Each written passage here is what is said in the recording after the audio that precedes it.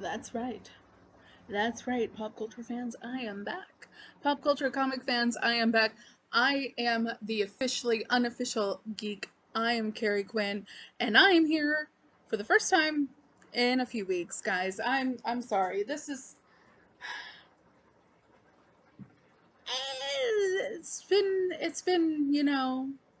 been some time, but I'm here. I'm back. I told you all I would be, and I'm here. So, here we go. Not in my usual spot. No, no, I am not. Um, kind of moved some things around here in the apartment. We removed one of our couches, so we moved the one couch over to where that one couch was, because it was broken. We threw it out because it broke. Um, it's actually probably yeah, and it's kind of different looking right now with me sitting like this. I don't know. I'm still working on the office studio thing here and there. Really just going to be making more of a commitment to get that set up and looking at Peachy Keen Jelly Bean, and start doing more content from there when I'm actually filming my mug. Um, so guys, it's been it's been rough lately here, you know. I don't know what's going on except for the fact that earlier this week, stuff has been happening. Guys, early this week, the new bosses of DC and Discovery, Warner Brothers, or Warner Brothers Discovery, or what have you, decided to announce that there will be no Batgirl movie. Even though it's completed, even though it's in the can, they are not going to release the Batgirl movie. This isn't one of those things where, like, at first I thought, okay, so they're not going to do this, but then we're going to have this major uproar, and then they're going to give us, like, okay, guys, just JK, we're going to give you the Batgirl movie. But no, actually, supposedly, they decided to write this off on their taxes as a loss. We will never see the Batgirl movie. However, um, fear not, my friends, because we are still getting a whole bunch of male superhero movies. Male-centered superhero movies. I know somebody's gonna be like, but Shazam has girl superheroes. I'm talking about centered on female superheroes, not part of Shazam's crew. Okay? No. Sorry, but no.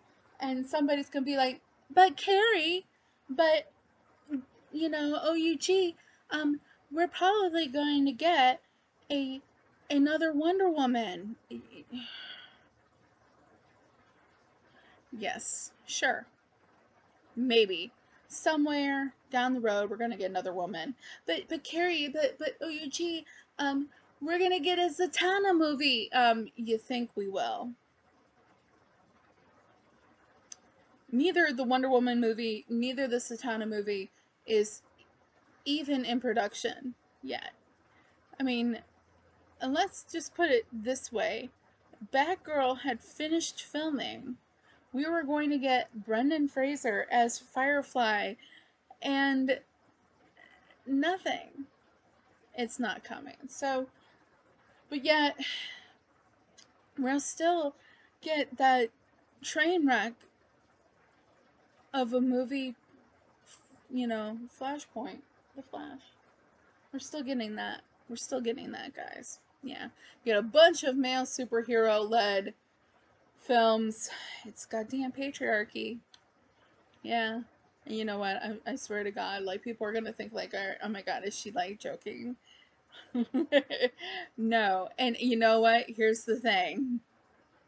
I'm not joking, because a few days after Discovery Warner Brothers made this announcement, they released information about how they are eventually going to be combining Discovery Plus and HBO Max into one streaming service. Okay, fine. Okay, cool. That doesn't necessarily upset me. It's the infographics that came out with it that are upsetting. That basically say that it assesses a gender to the people that would be most interested in fandoms.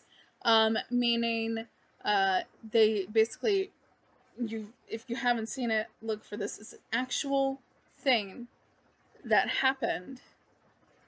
You're gonna think I'm goddamn joking, but sadly I am not.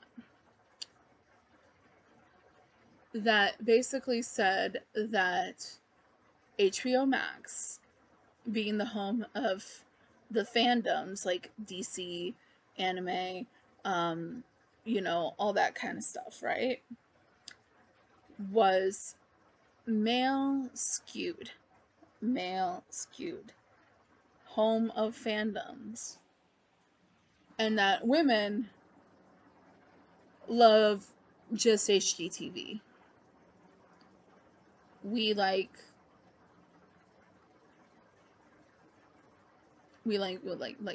Married at First Sight and like the fucking like 90-Day Fiance shit. Which, don't get me wrong, I have a sappy side that all of a sudden, every once in a while likes to watch, Love It or List It. I'm sure, fine, guilty.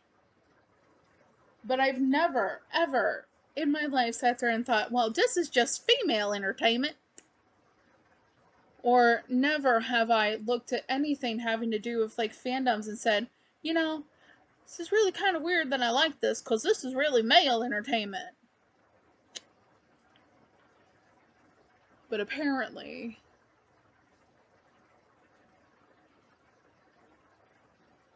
that's what's happening now, which would probably be why. If I were to hazard a guess to say as to why it was so easy to just cancel the Batgirl movie, would be kind of in tune with that whole, boys don't like female superheroes thing, and we're just shit out of luck. Anyways. So somehow, after, a few days of having that happen, and even before that, having, a certain celebrated writer, celebrated artist, not writer, celebrated artist, basically talk about how he couldn't work with young folks because basically what it amounted to, like, and I'll summarize, y'all, basically referred to the reason he didn't have anything new out was because he kept on trying to work with people that were millennials or Gen Zers, and they basically wouldn't let him be their overlord and boss them around. So that's why Rob Liefeld, Rob Liefeld doesn't have anything new out besides the fact that every time he's asked to do a variant cover for Marvel, he has to remind us that he gave us Deadpool.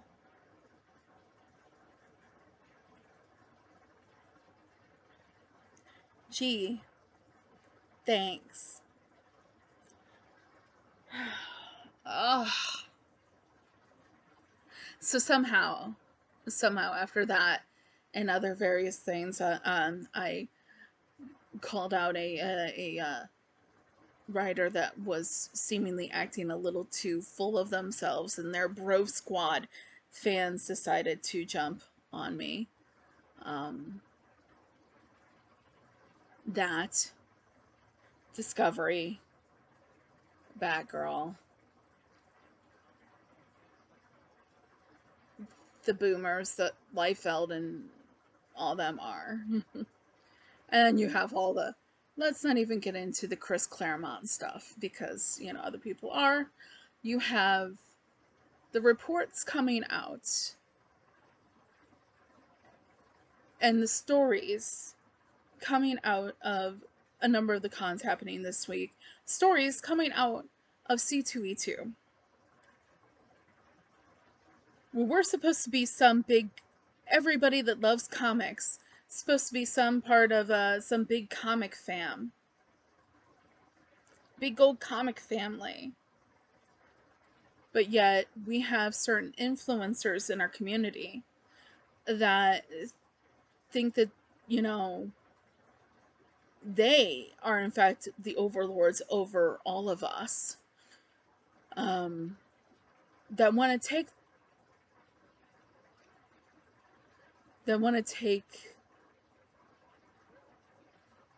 the fun out of going to conventions and convention exclusives, because you know, it was witnessed by a number of people that some of these booths that didn't put limits on how many books of these con exclusives at C2E2, that certain influencers and whatnot, business owners in the comic community, influencers in the comic community, were jumping the line and buying, and some were saying enough pretty much to fill a short box of one exclusive, where it was scraping the bottom of the barrel for people that had been standing in line like you're supposed to even get one, to even get a couple, one. And these people are grabbing these books in large quantities and going and reselling them. And I know what you're going to see. I know what you're going to say, Carrie, OUG. This is something that has been happening since the dawn of the Comic-Con. I get that. Just because it's a normal practice does not make it right. Just because it is something that a small group of people that want to fashion themselves the Kim Kardashians of the comic book world do, that does not make it right. But we're all supposed to be some part of, all comic book fans are supposed to be some part of some big old comic fam, right? Right?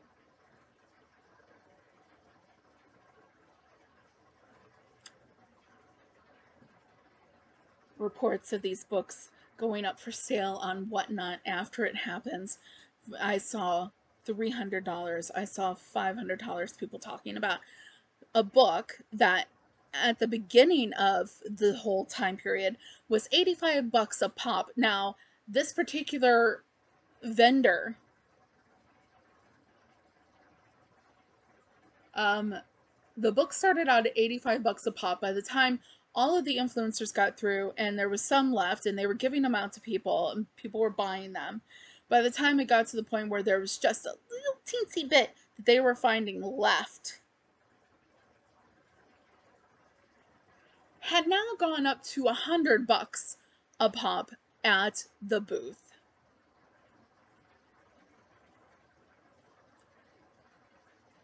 But yet, all your comic fam, you know, influencers, they cut the line. They all got them for $85 a pop and then sold them for $100 or more on their whatnots. And I'm not going to name any names. I know some people were asking people to name names. I know some people in comments name names. I'm not going to name any names. I'm a lowly 65 subscriber channel here on YouTube, and you know what? I'm fine with that. I'm also fine with people coming to my channel to see someone that actually wants that kind of mentality in a community, that wants to be included in a community. Because you know what? At the risk of being like fucking Stuart Smalley off of Saturday Night Live, I'm good enough, I'm smart enough, and doggone it, I think people like me. I'm not going to be liked just because I'm a name. I want to be looked at to be one of those people that's like, you know what? She's got the knowledge. She's got the brains. She's got the personality. And you know what? I actually think that I could be friends with this person. I actually look at this person and I think that they're real. They're not in this for the money. You know, if I ever made any freaking fucking money off of doing this, off of comics or anything like that, fine. But I'm never gonna be the kind of person that takes someone's fun away from them at Comic-Con.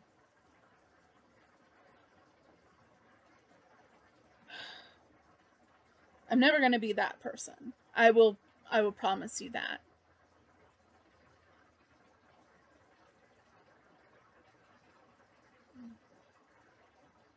But I am a woman.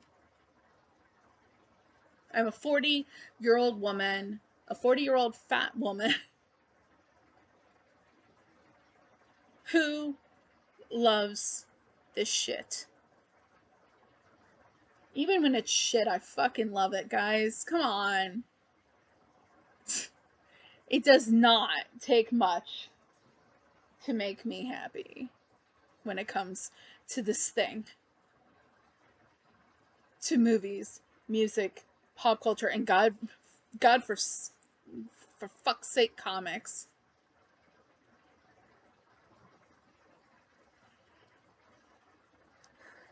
Comics are for everyone. They're for me, they're for you, and you know what? They're also for those people that want to jump the line and buy, you know, a short box of an exclusive. Not caring if guy number 45 or 50 gets a comic.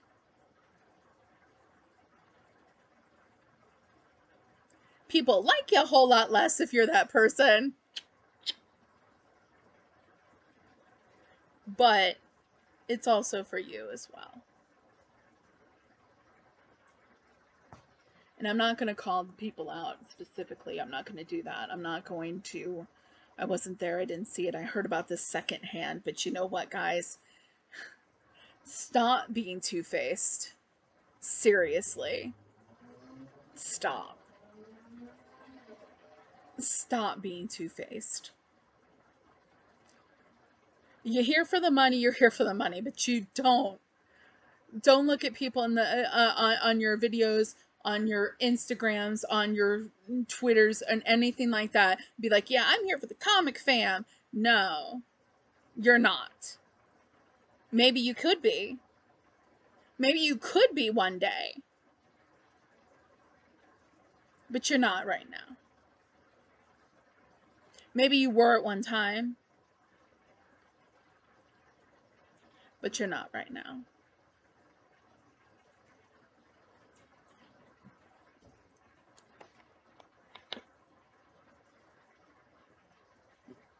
But you're not right now.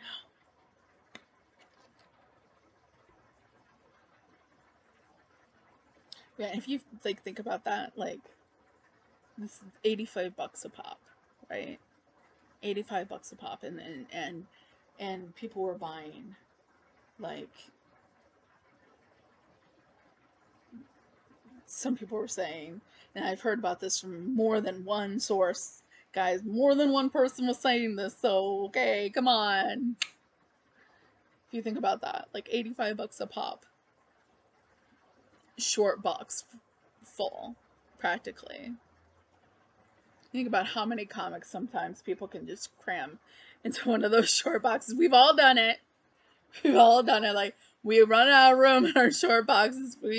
Woo, you just, maybe fit one more. There's a little bit of room here. Think about how many could fit in one, and you're thinking they're $85 a pop, and whew. Like, I don't know any normal person, like even people with like a really good job, like, that show up to some convention wanting to spend that much on one thing. And it's all because they're gonna turn around. I get it. But Carrie, they're gonna turn around and sell it later. Yeah, I know. I know. They're gonna sell it, and it's gonna be, they're gonna jack up the price. Get it? I know. I know. They're making money off of this. I get it. I get it. But after a couple weeks of sitting there and being told, you're what's wrong with everything for being young, right?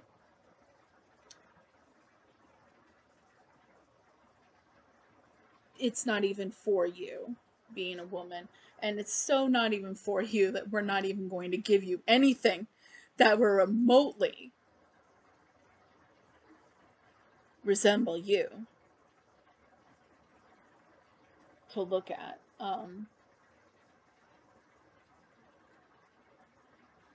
And then just hearing about things like that in Chicago at C2E2, which I'm sure but Carrie, it happens everywhere, and it's been happening since the dawn of all conventions. I get it, but still, it was the cherry on top of the shit sundae, guys.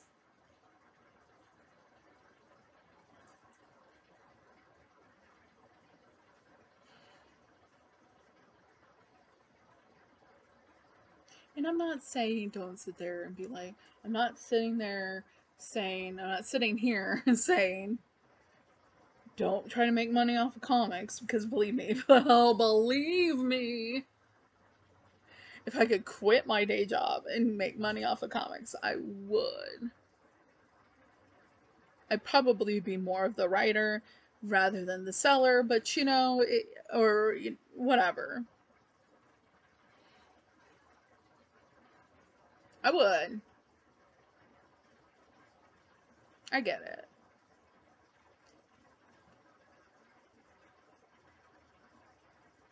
But really, guys, you don't have all of this glitz and glamour and everything like that, and you're gonna do something like that?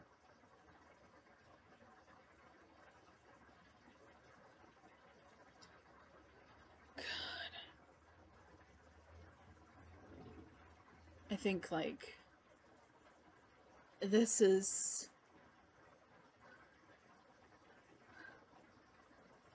like I said, there, like, it's like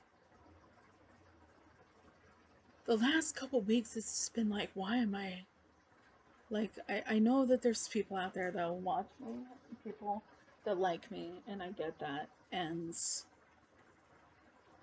maybe less people after this video. Please don't leave me. I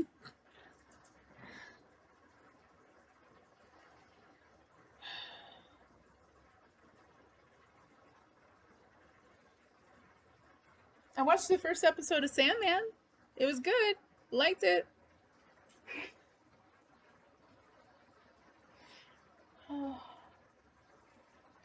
Netflix has this new deal, first look options with Dark Horse. That might be interesting to see what comes up. Already talking about some properties already being looked at from Dark Horse to be uh, in development. So that's pretty cool. Um, uh, I mean, if Discovery Plus and like HBO Max like merge into one place, I mean, it's like a one-stop shop for me. Like, I can watch like all those home renovation shows that I kind of like, the Food Network stuff, like Diners, Drive-ins, and Dives, Iron Chef and shit like that. And then I can just, couple clicks and be watching Harley Quinn. Sure.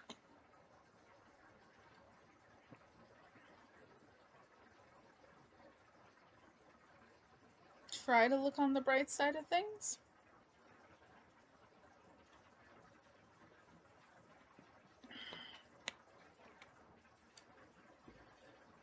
Anyways, guys, if you're still with me here, 25 minutes, almost 26 minutes into this recording, let's talk about comics. Let's do it. Let's talk about comics. As always, I'm going to give it to you from my least liked to my most liked, like I usually do. So let's go with it. Let's do this. Guys, this first book came out of the gate for me. This is the number 2. Came out of the gate for me, and I absolutely loved it. And then I sat there, and I don't know if it was my mood or what happened, but I absolutely, like, a book that is absolutely beautiful, beautiful art, but just, I don't even really know where it's going at this time, which is kind of confusing for me because I absolutely love Ram V's writing. Under, typical moments, I love the dude's writing, and I love Christian Ward's art. I still love Christian Ward's art. I still overall love Ram V's writing. It's just, to me, I felt like this was just, I can't get going with this one. I did enjoy the little bit of Black Manta that we had in here. I did enjoy the little bit more of Aquaman that we had in here. Though I do have one thought involving the placement of Aquaman in this, in that he's basically in this situation. He saves some people, and he's just like trying to give this warning, right? And he's like, "Okay, guys, you gotta leave. Go back to your ship and tell them we gotta go." And it's one of those things where it's like, okay, so Aquaman, here, come on, dude. These people are not going to be able to just go back to their submarine and be like, "Guys, okay, so here's the thing. I know we got separated from you guys because some shit collapsed, but like, okay, you're not gonna believe this, but an Atlantean king came to us, saved us, but told us we better hightail it and leave."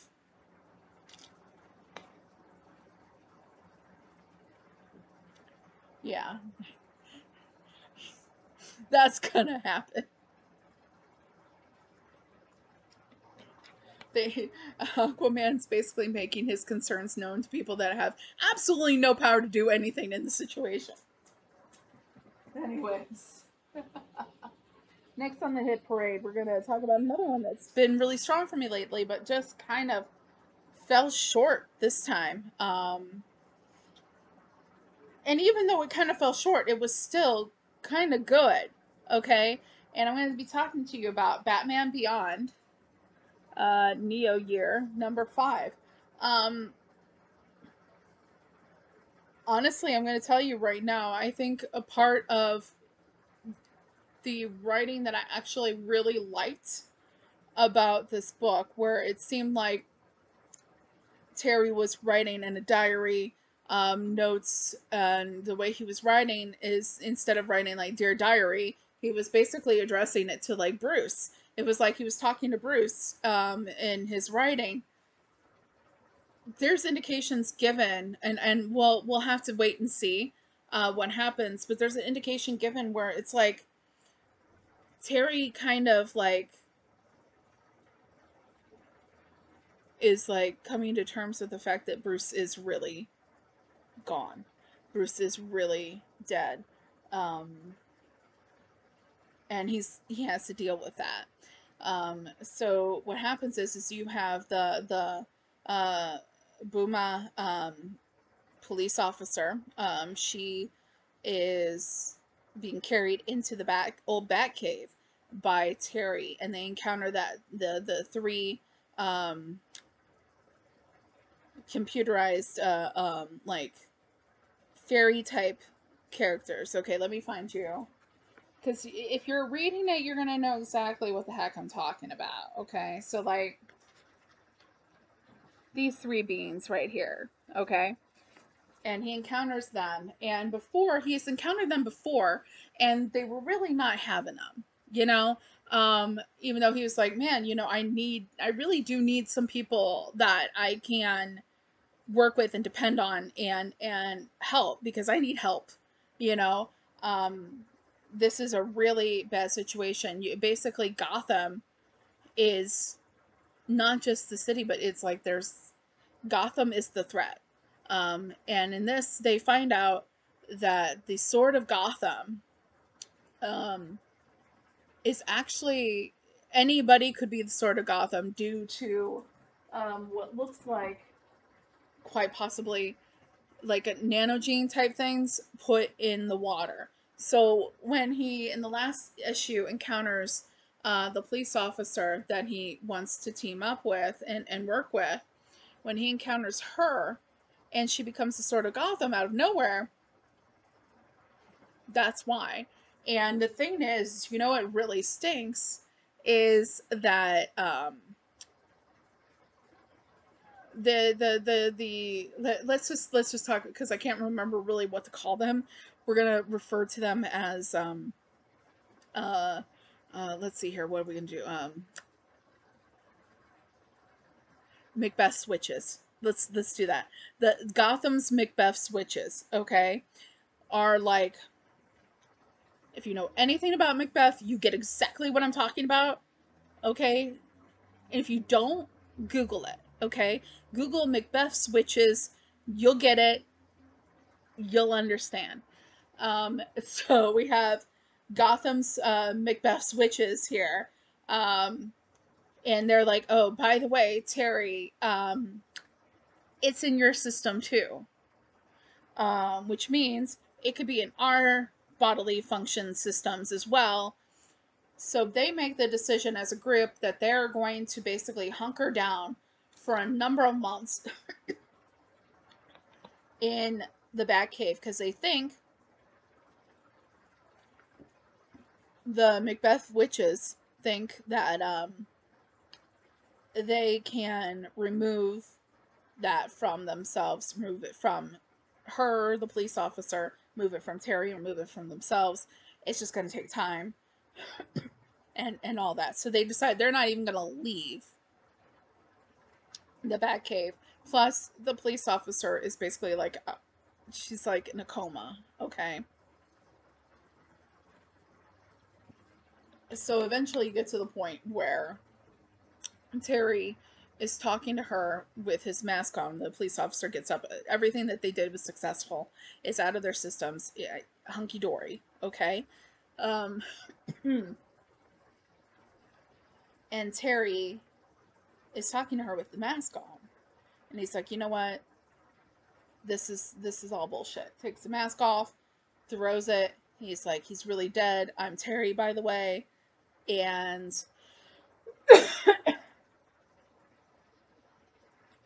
the witches Macbeth have been, making him, doing work and everything like that along with him.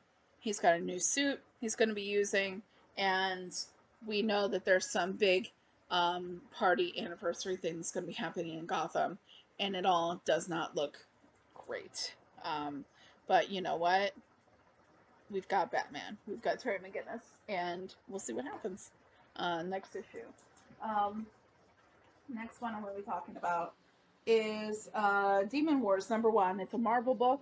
I know, guys, I'm reading some Marvel. Peach Momoko. Peach Momoko has some absolutely beautiful art. As you can tell from the cover, excuse me, my mouth is getting dry. Um, it's a part one of kind of a new storyline, a new jumping off point of Iron Samurai.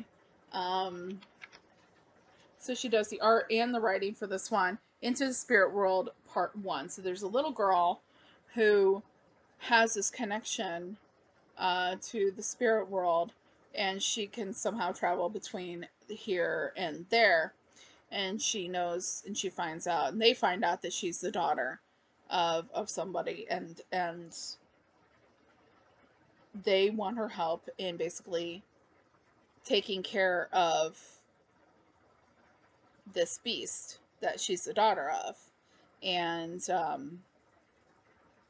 she's also going back and forth. And I want to read up. All these stories are based on actual like Japanese legends. Um, and I want to read a little bit more about that, and then maybe might give me a little bit more understanding of what's going on here.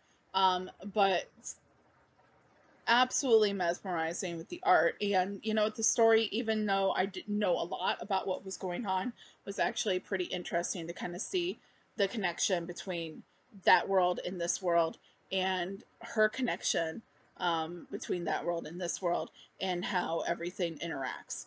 Um, it was kind of cool like that. So very nice, very nice. Next book that we're going to talk about Dark Crisis 3 of 7. Um, we get JSA here. We have a situation where Black Adam feels that things had to be done a certain way, and that basically involves killing people. Okay, so the young members of the new Justice League, are not down with that. And Black Adam's like, y'all don't want to do what you need to do. I'm Audi 5000. Okay. So he's Audi 5000. Around the time that he's Audi 5000, Yara Flor shows up. She's like, you know what? I saw everything that was happening, and I saw everything that happened at Titans Tower, and I'm in like you wouldn't even believe, and I'm here. And everything is looking pretty like chaotic there. And the JSA shows up, and they're like, you know what? Here we are.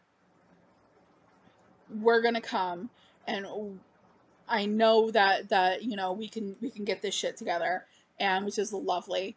Um, you have check in with the Green Lantern Corps, and Hal Jordan and some of them are making the decision to go into a Black Lantern, and when Hal Jordan does this, he encounters Pariah, and Pariah's like, oh no, Pariah's got a big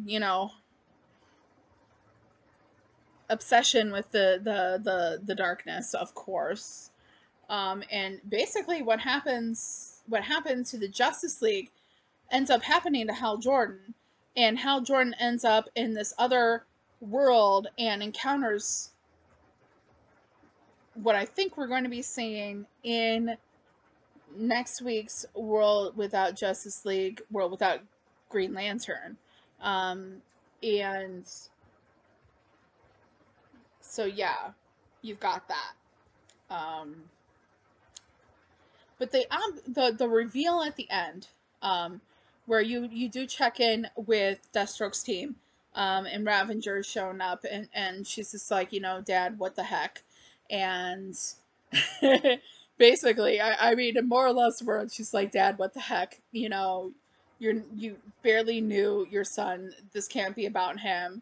Come on, let's keep it real here, Dad, and so that's all going down, right? And he's doing, several things here and there, and wreaking havoc throughout the whole world, and it's really giving the green light to every, third-rate villain to just wreak havoc. Um, so by the end of the issue, you see Black Adam, and he is talking to someone, and the perspective turns, and he's just like, he's talking to someone. He's like, these kids, they don't want to do what they need to do to get the job done. And then the perspective, flips, and it is Lex Luthor's Legion of Doom. And we've been told at the end of this issue that in the next issue we're going to have Legion of Doom versus the Shadow Society. Man, I don't even know. Like, we've got Vandal Savage there, and hello. Girlfriend got out of jail, got on a bus, and she like, let me find Lex Luthor because there's Punchline right there. Okay? So, that's going to be interesting to see some Punchline interacting with all these people. I like Punchline as a villain. She is ruthless and she's a lot crazy. So we'll see what goes on with that. We've got like I said, World Without Justice League, World Without a Green Lantern next week, and we'll see what happens there. Next issue I'm going to talk about is actually an issue that came out the week before, but I didn't get it, and I didn't get to talk about it, obviously because I didn't do my show, but I didn't get it until this week. Is Gail Simone and Phil Noto's The Variants #2. I'm really enjoying this. I'm really enjoying especially the narration aspects, getting into the thoughts of Jessica Jones, seeing what's happening in her head and what she's thinking of. I love that we get to see Luke Cage in here. He comes in at a very opportune time and get some, really awesome She-Hulk action in there. And it looks like we're going to get more She-Hulk next month. I love the sassiness of Gail Simone's writing, where she takes especially female characters and makes them, the kind of women that you would want to be friends with because of their sassiness and their vivaciousness, but also they're very real sounding, and I really enjoy that. And the art, Phil Noto's art, very clean, very I love that hyper realism, but yet it still looks like a painting, a portrait. It's really cool. Next on the hit parade, we have the first of the monthly Harley Quinn weekly Harley Quinns here. This is one of the last few Derek Chew variants. I also ordered the special cover C, which is the homage variants, waiting for those to come in. I ordered those. It's up in the air whether I'm going to be able to get that first one, but probably definitely going to get the others in addition to my normal covers of Harley Quinn.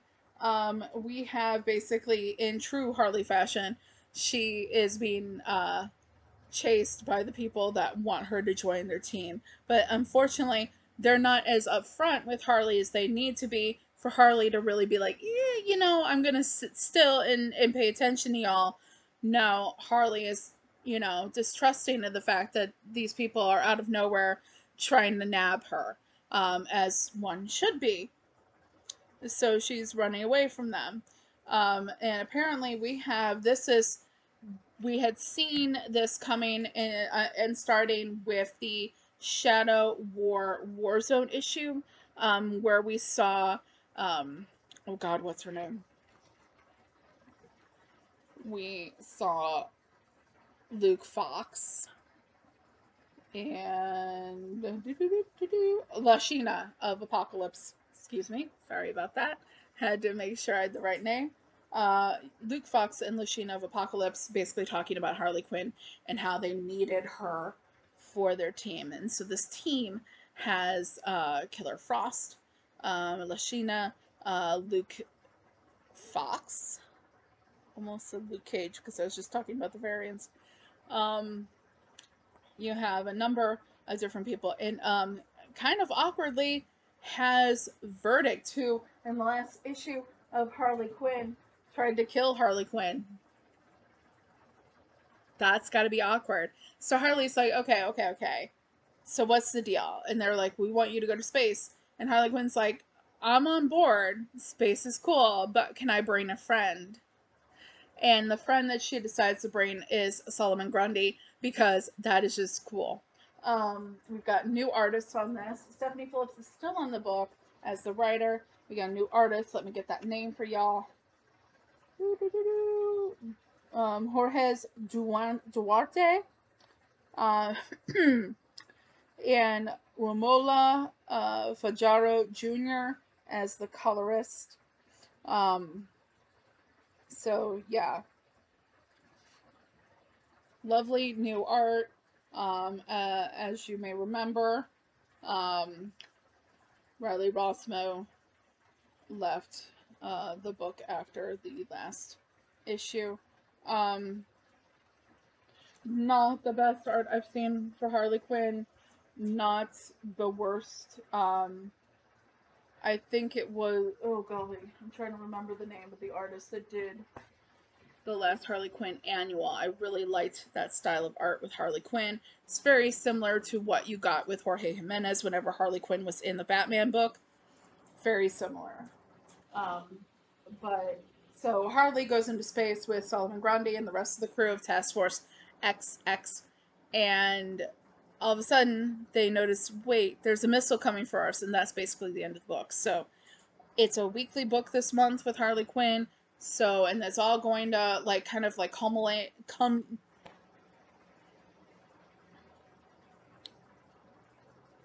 an accumulation with the 30th anniversary of Harley Quinn, which I also ordered like 2 covers for.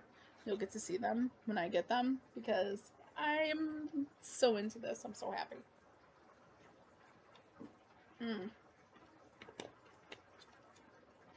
Anyways, next we're down to our last 2 books of the week, guys, and I gotta tell you,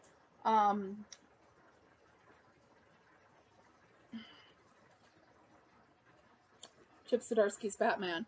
The first issue was kind of a for me, but we brought it out in this issue. Chip Zdarsky's writing is we're upping the ante. The thing is Zdarsky proved that he could write a Batman adjacent and Batman centered story with urban legends because he did the Teardrops urban legends story with Batman and Red Hood teaming up. So we knew he could do this, and we knew that he was, you know, I mean, hello. We also I didn't get to read any of very much of it, but I have heard absolutely wonderful things about his Daredevil run from various people. So yeah.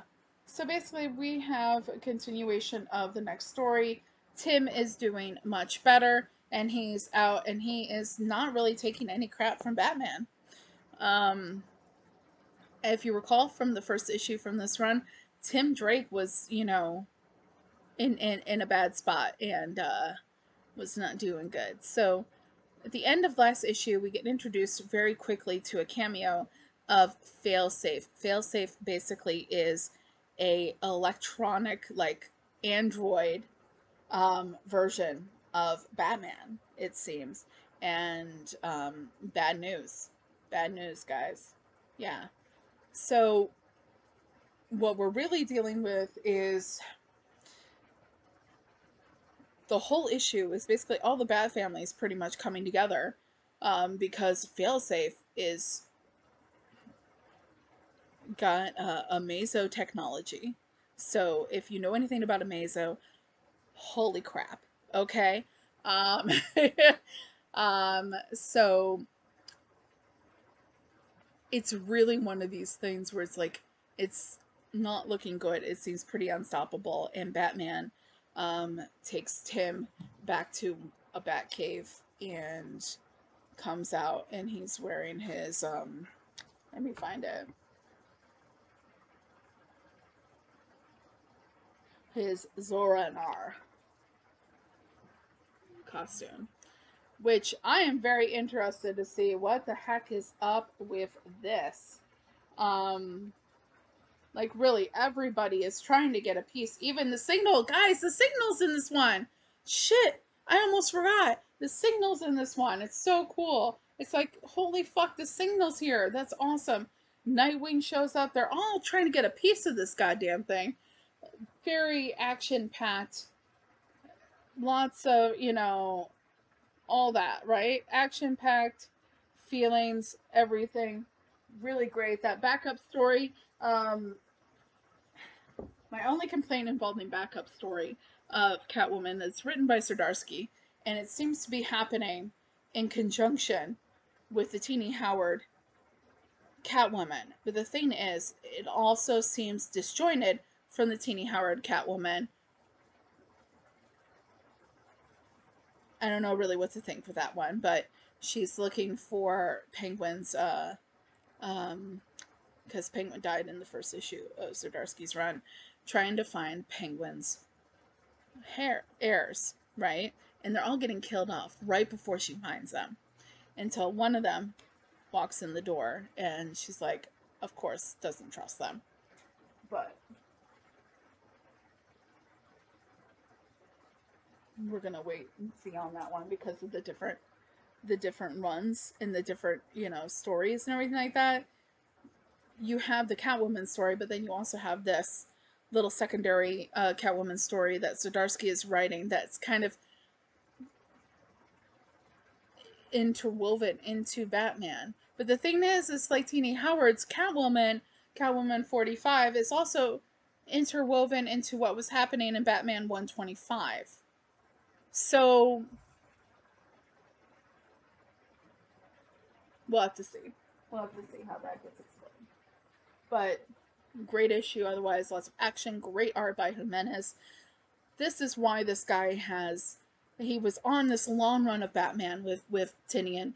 He jumps off. He comes back. This is why he comes back. Because I swear to God, this guy is going to go down in the years, over the years. We're going to be talking about this guy maybe 20 years from now as being one of these, remembered as one of these Batman quintessential artists. Just the way he did things. Which brings us to another quintessential artist, one of my favorites, doing this cover. Did not do the inside, but we'll get to that in a second. We have the first two, a little interlude in the Beyond the White Knight storyline with, this is my issue of the week, by the way, guys. Batman White Knight Presents Red Hood #1. We have a 2-issue interlude in the Beyond the White Knight storyline, where we are finding out more about what Red Hood did, what Jason did when he was pretending to be dead from Batman. And you find out that, he tried a number of things. He tried to be in the army. He tried to do this, that, and the other. Nothing ever really worked out. He gets back to Gotham. He kind of goes back to this life of crime. And he meets this girl that's dressing up like a Robin, but she's not a Robin. But the reason why she's doing this is because she wants to help her neighborhood be a better place. And she wants to knock out crime. And she thinks that she has to do that by being a Robin. So little bit of a, really cool moment in this writing, where we have Sean Murphy working with Clay McCormick. The artist is Simone DeMeo. You're going to know Simone DeMeo if you were reading Future State Gotham. They did the art, a lot of that art there.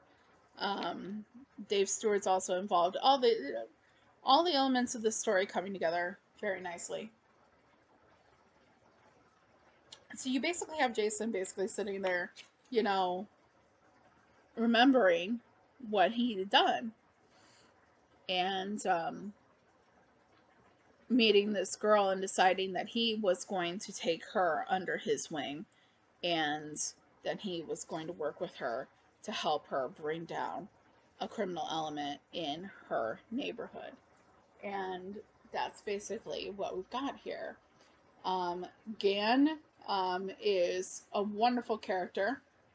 Um, I appreciate that she appears to be at least drawn to be a full figured girl. She's not, horribly thin. I like that this is a representation thing. This is really cool.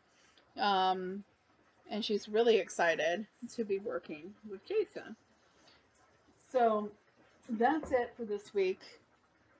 That's my comics. That's, obviously, you guys, if you got to this point, you got through my rant, you got through my comics. I want to know what you guys thought of this week's comics. Let me know what you thought of Batman Beyond the White Knight if you read it.